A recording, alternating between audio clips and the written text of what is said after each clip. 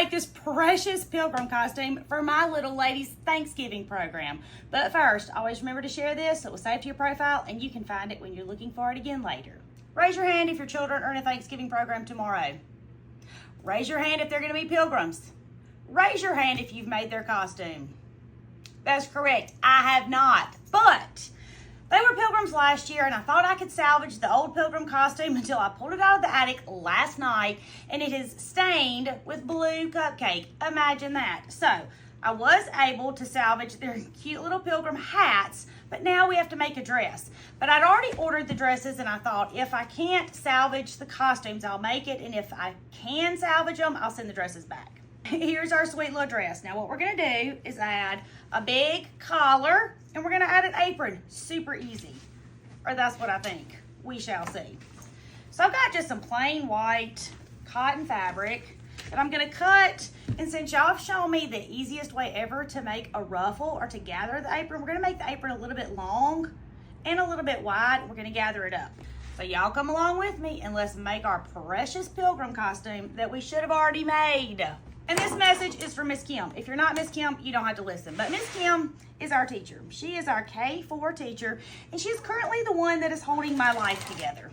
I call her and I say, Miss Kim, I'm supposed to do something, something, something. And she says, yes, you are. And I say, okay, tell me when and where. And she tells me. She is a good woman because she takes care of the little ladies. This morning she said there's no lunchbox in their backpack. I assume that means they're leaving with Papa, and I said yes they are.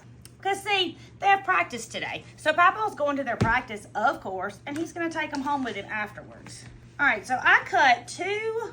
Now I'm making two. If you're doing a pilgrim costume, you're only making one, but you're probably not doing a pilgrim costume because Thanksgiving's next week and we are on the last minute train over here. But I cut two strips of fabric 4 inches wide. Now I cut two because I'm making two, but this is gonna be the band for their waist. You see how it's gonna fold in half? It's gonna go right here, and then their apron is gonna be below it.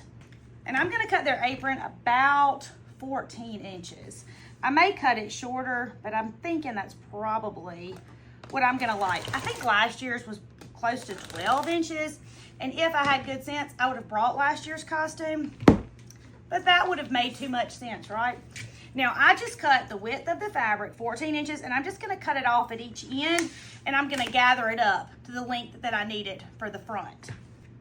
I'm not lining the apron. I'm not making it super snazzy, just a basic apron front because they're gonna wear it for a couple hours in the morning and maybe next year if they don't ruin it. So I'm just doing a one-piece apron. I am going to zigzag or fold the edges in or something. Oh, I know what I'm gonna do. I'm gonna add some lace. That's what I'm gonna do. So that's our two apron pieces. Now we need our collar. And also, evidently, a sharper rotary blade. Yes, I heard it too. Now here's, oh my goodness, what their collar is gonna look like. And then they'll have an apron on the front, like this. So I moved y'all down a little bit so you can see. So here's their collar, here's their apron, which it'll be more like this, an 18-wheeler.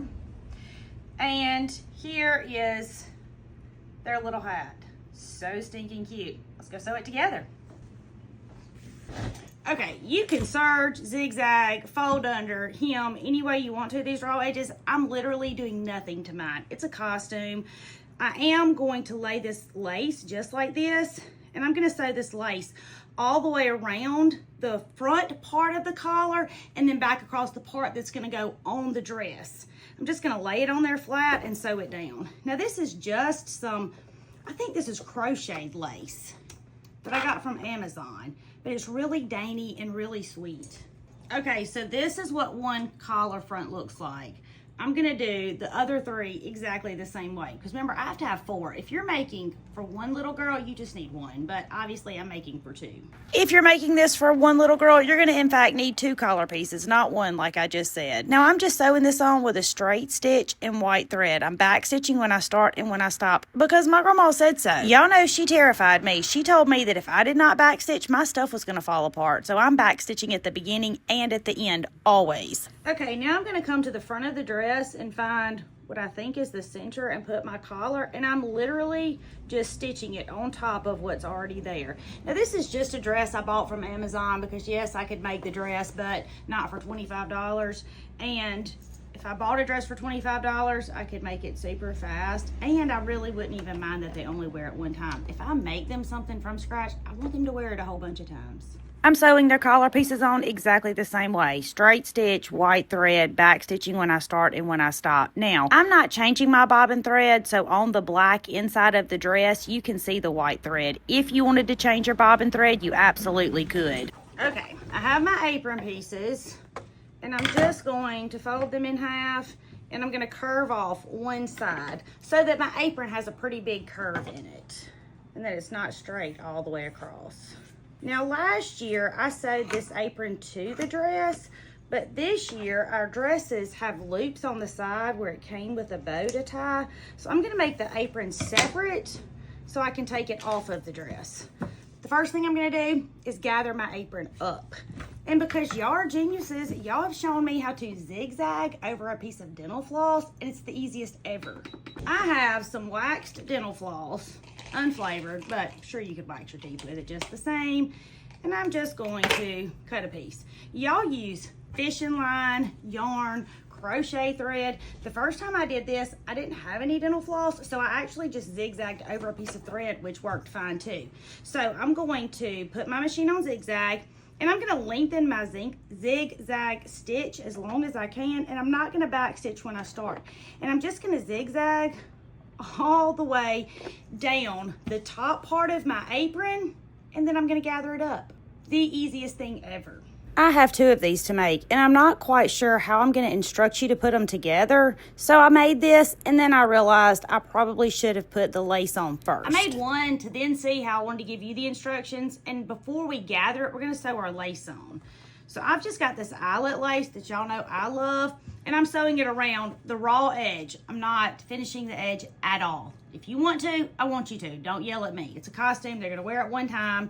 They're going to stain it with blue cupcake, and we're going to make another one next year. So I'm not going through the effort to finish it at all. But if you want to finish yours, I want you to. I'm going to add this white lace, and then we're going to gather it. You don't have to put eyelet lace. You can finish the edge a different way, zigzag it, or even some rickrack would be cute. The eyelet lace that I use is linked in my Amazon storefront. That's linked in the caption if you're looking for it. So now I've sewn my lace on. I took my lace, and I laid it on the pretty side to pretty side, and I sewed all the way around.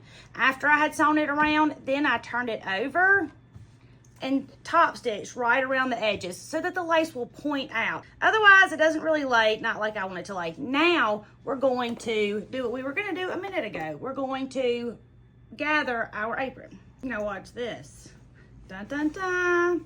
We're just gonna gather our apron up. We're gonna slide it down the dental floss. It's pretty genius. Y'all are amazing. This is way better than doing a loose stitch, a basting stitch, and gathering it. I promise, way better. But I can't pull this end. You know what I think I did? I think I back stitched what I told y'all not to do, but that's okay. I'm just gonna pull it off from this end. Same difference. I still have the cutest gathered apron. Now we're gonna make our apron straps. So the first thing we're gonna do is we're gonna take our piece of fabric, if we can find it.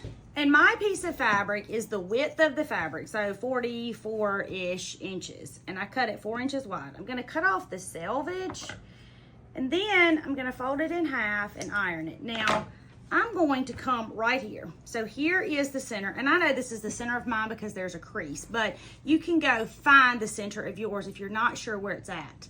And I'm gonna take a ruler, and I'm gonna measure 6 inches out from each side, and I'm gonna put a clip.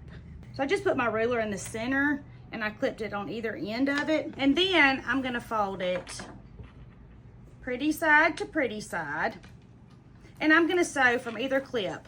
I'm gonna sew down here and across the bottom, and then where this other clip is, I'm gonna sew down and across the bottom. We're just making the strap the waist tie for our apron. If you're unsure about this part, just use a piece of ribbon, or you could do the same thing with bias tape. You absolutely do not have to make the ties. Okay, now I have this handy dandy piece of PVC pipe. I asked my husband to cut me a piece shorter, and he did, but I left it at home, so we're gonna use this one. Put our chopstick in the other end and push it. Now I'm gonna pull it off and use my chopstick to push out the end and then turn it. But if it was a little shorter, the chopstick would go all the way through the bottom, but it won't because I asked him to do it 12 inches, so that's what he did. So then I asked him to make me one about 6 inches. But this one works okay too. But it's a super easy way to turn your stuff, way easier than anything else I figured out. Okay, now I'm going to iron mine, you iron yours. I'll be right back. Okay, when I ironed mine, I ironed the piece that we left open, I ironed it in because now all we're gonna do is literally set this inside of it and stitch it down. I'm gonna cut off my threads and my floss, but not too short because I don't want my stuff to come undone when I'm trying to sew it in. So I'm gonna take the front of my apron and I'm gonna set it inside this opening that we left and stitch it down. Let's go put it on our dress and see what our costume looks like. All right, here's our mannequin. Here is dress number 1. So cute. And here is our apron. Now our dress has these little loops because it came with a tie that I'm using, but last year's dress didn't have loops and I just sewed it on. And our little pilgrim's bonnet. Now, we are Thanksgiving ready. I hope you are too. My name is Tammy. I'm your favorite sewing teacher and I would love for you to come sew with me.